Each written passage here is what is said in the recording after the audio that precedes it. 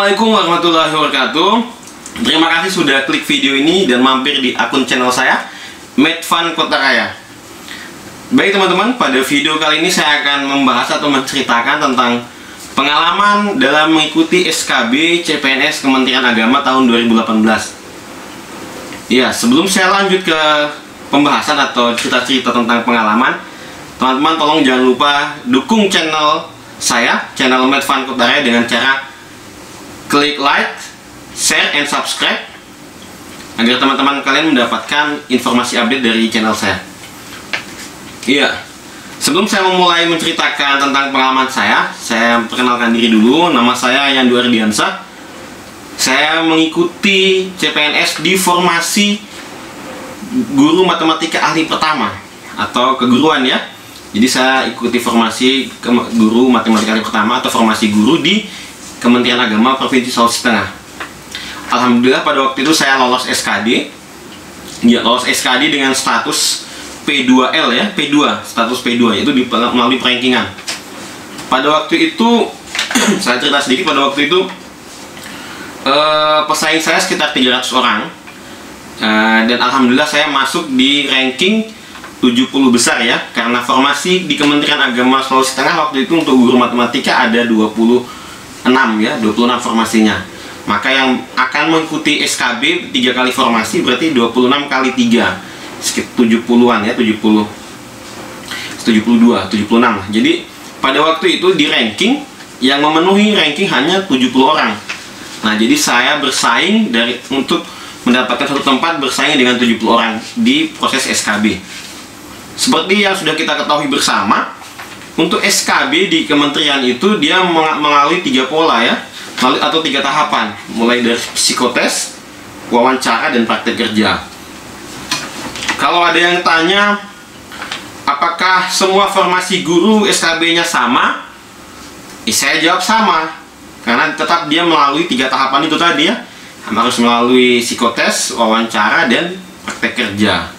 Iya, jadi saya mulai dengan cerita yang pengalaman di psikotes. Waktu itu psikotesnya itu kita diberikan soal, kemudian mengerjakan soal melalui paper test ya, tertulis, mengerjakan soal psikotes tertulis.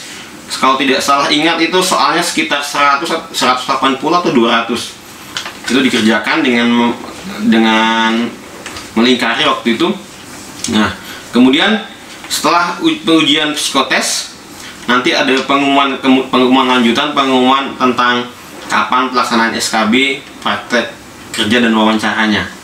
Ya, soalnya pada saat psikotes itu ya seperti psikotes pada umumnya. Ya, tentang yang jelas dia menguji tentang kekonsistenan ya. Soalnya konsisten antara jawaban di nomor 1 dengan jawaban di nomor berapa gitu konsisten. Kalau misalkan di jawaban di nomor 5 itu kita menjawab A, apakah nanti pertanyaan yang serupa di nomor yang kesekian juga jawabannya A? Soalnya mirip-mirip seperti itu dengan beberapa model pengecohan. Ya, kemudian lanjut ke setelah psikotes, SKB selanjutnya yaitu tentang wawancara ya. Wawancara. Pada saat wawancara itu kita diberikan jadwal, karena kebetulan pada saat itu peserta SKB-nya sangat banyak di Kementerian Agama Sulawesi Tengah.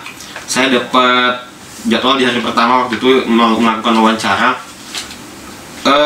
Pada saat wawancara pertanyaannya itu banyak ya. Yang jelas kita diberi pertanyaan, di screening bagaimana keislaman kita, bagaimana ibadah kita, ditanya bisa mengaji atau bagaimana bisa BTQ, kemudian ya tentang keislaman kita. Kemudian ditanya juga tentang isu-isu terkini, isu-isu kekinian pada saat itu ya. Tentunya isu-isu pada tahun lalu dengan tahun yang sekarang juga kan berbeda. Nah, isu-isu kemudian yang jelas pertanyaannya itu lebih banyak meminta pendapat kita, opini.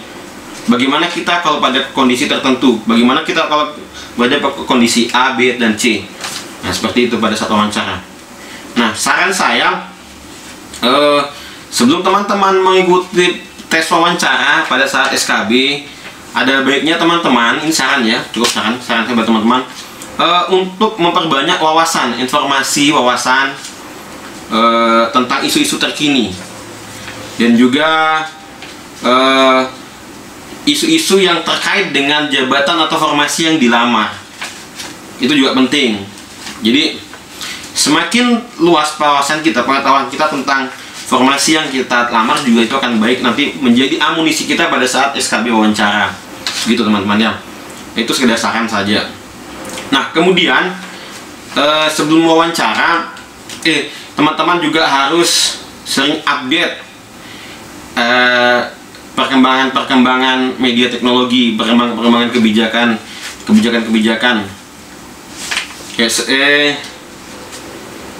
Setelah wawancara, kemudian beberapa hari kemudian kita mendapatkan pengumuman kembali kapan praktek kerjanya. Nah, kemudian kita mendapatkan jadwal praktek kerja. Kalau guru, tentunya praktek kerjanya ya micro teaching atau mengajar. Ya, saran saya sebelum melakukan praktek kerja, uji tes SKB yang sesi praktek kerja micro teaching, karena formasi yang saya jabat itu guru, yang kita pilih itu formasi guru, maka saran saya untuk teman-teman harus lebih menguasai formasi yang teman-teman lamar itu. Misalkan kalau saya seperti guru matematika, ya saya harus bisa menjadi guru matematika yang baik. Guru matematika yang baik itu seperti apa? Nah, itu kita harus cari informasinya lebih dalam supaya nanti pada saat praktek kerja kita bisa lulus. Praktek kerja itu kan ya micro teaching, maka kalau micro teaching ya jelas tentu kita harus mempersiapkan RPP, menentukan materi yang kita kuasai. Nah, ini saran lagi, pada saat menyiapkan bahan praktek kerja, saran saya teman-teman harus bisa memilih materi apa yang paling dikuasai. Jangan sampai teman-teman memilih materi yang seberat kemudian itu menjadi bumerang buat teman-teman. Ketika nanti pada saat praktik kerja terjadi diskusi itu apa, teman-teman kalang kabut kalau tidak menguasai materi yang akan dibawakan. Nah, itu saran buat saya ya, kata kuncinya pilih materi yang dikuasai. Nah, kalau ada yang bertanya apakah materinya itu ditentukan tim penguji atau kita pilih sendiri, nah itu saya tidak bisa jawab. Kenapa? Siapa tahu nanti tahun ini ada kebijakan lain berbeda dengan tahun kemarin. Nah, itu saya tidak bisa berani jawab. Yang jelas sebagai peserta, sebagai pejuang, nah kita harus mempersiapkan amunisi. Sebelum diminta atau ditentukan memilih materi ini, kita paling tidak sudah mempersiapkan diri, materi-materi yang kita kuasai, supaya kita mendapatkan nilai plus pada saat praktek kerja.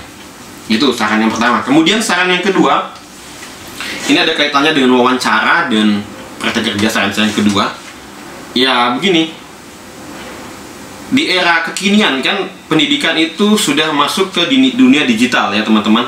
Jadi paling tidak kita sebagai calon guru harus menjadi guru yang memiliki nilai plus. Nah, jangan kita menjadi guru yang sama seperti yang lainnya. Misalkan guru matematika ya guru matematika biasa tapi tidak memiliki nilai plus, itu bisa jadi bumerang buat kita. Nanti nilai kita tidak dapat banyak. Jadi saran saya paling tidak kita menguasai IT. Jadi guru milenial. Jadi kita metode pembelajarannya pada saat praktek kerja itu bisa menggunakan metode atau model yang lebih kekinian, lebih menggunakan mix method, boleh digabungkan, boleh menggunakan metode pembelajaran yang interaktif, bisa menggunakan media apa saja yang mungkin interaktif yang bisa menarik penilai bahwa oh kita ini dianggap guru yang mempunyai nilai plus, memiliki soft skill lain. Itu penting. Iya, itu tadi sedikit pengalaman. Kemudian apa-apa saja yang harus kita lakukan sebelum menghadapi SKB? Tentu yang pertama kita harus searching informasi sebanyak-banyak mungkin tentang apa saja yang akan kita atau apa saja yang menjadi bahan ujian kita nanti. Kalau misalkan psikotes, tentunya kita mempersiapkan latihan-latihan soal psikotes. Kalau misalkan wawancara, berarti kita harus banyak-banyak baca artikel bagaimana bersikap pada saat wawancara, bagaimana menjawab pertanyaan interview pada saat wawancara, bagaimana sikap kita, bagaimana cara menjawab yang baik. Nah, kemudian kita lebih aktif mencari wawasan dan pengetahuan tentang isu-isu terkini, isu kekinian. Siapa tahu itu menjadi bahan pertanyaan ya. Kemudian kebijakan-kebijakan atau regulasi yang menyangkut tentang guru itu juga penting untuk kita ketahui. Jangan sampai nanti mungkin muncul itu pertanyaannya ya. Kemudian ya, praktek kerja atau micro teaching, persiapkan memang kita model pembelajaran yang paling kita kuasai dan menyenangkan. Kalau bisa ya, paling tidak model-model pembelajaran yang kekinian, model-model pembelajaran yang memanfaatkan informasi teknologi. Apalagi kan kekinian kan kita mengenal namanya Merdeka Belajar. Kita bisa belajar di mana saja, bisa menggunakan media internet, bisa menggunakan media teknologi dan sebagainya. Nah, itu menjadi apa-apa saja yang harus dilakukan sebelum menghadapi SKB. Dan yang terakhir, yang paling terakhir, usahakan datang tepat waktu pada saat SKB, ya. Usahakan datang tepat waktu.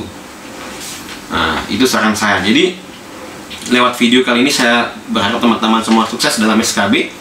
Terima kasih sudah berkunjung ke channel saya.